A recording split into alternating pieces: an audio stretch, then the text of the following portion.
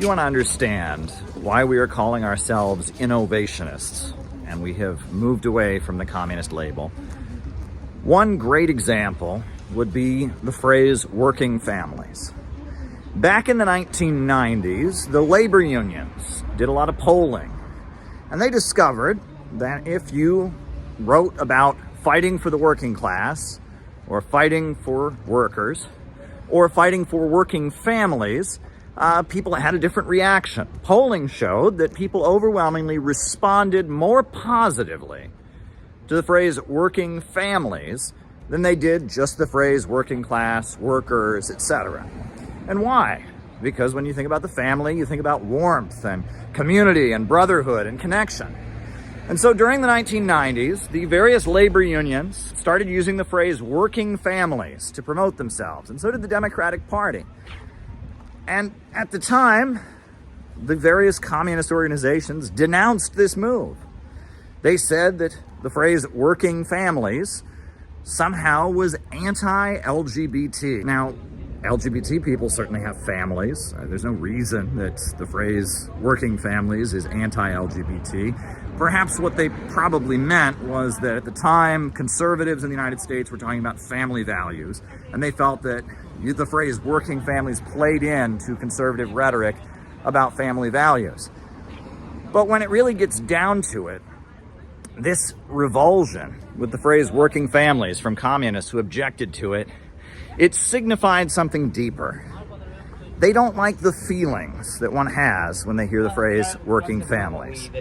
Communism has attached itself to this spirit of deviance, this spirit of revolt, this spirit of rebellion. And the kind of feelings that people have when they hear the phrase working families, fighting for working families, protecting working families, caring for the needs of working families, are different than the kind of feelings that communists try to evoke. Communists want to evoke feelings of rebellion, feelings of destruction, feelings of rage and libidinal release. And the phrase working families unleashes feelings of empathy, compassion, kindness, community, and brotherhood. This is one great example of why, in the Center for Political Innovation, we no longer use the term communist to describe ourselves. We advocate a rationally organized economy where the needs of the people come first. We oppose imperialism, but we can't be communists anymore because communism has attached itself to an aesthetic, to an emotion that is toxic. And that emotion, that aesthetic that communism has attached itself to is the main force behind wokeism.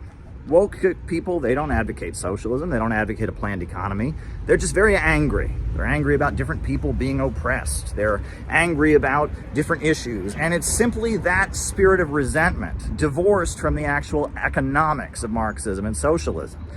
And we want to do the opposite. We want to put forward economic policies that will benefit working families. We want to oppose the global imperialist system of monopoly capitalism. But we want to break from that rebellious, dark, satanic aesthetic that is attached to it in communism.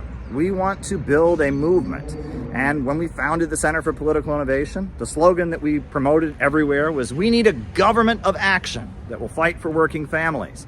And we embraced that phrase that communists had opposed because we wanted to break with that mindset, the mindset that comes with rejecting that phrase. So if you want to understand kind of what we're doing with innovationism and with CPI and why we're not communists anymore, think about why some people would oppose the phrase working families, but why we embraced it. It's the light of mine. I'm not very shy.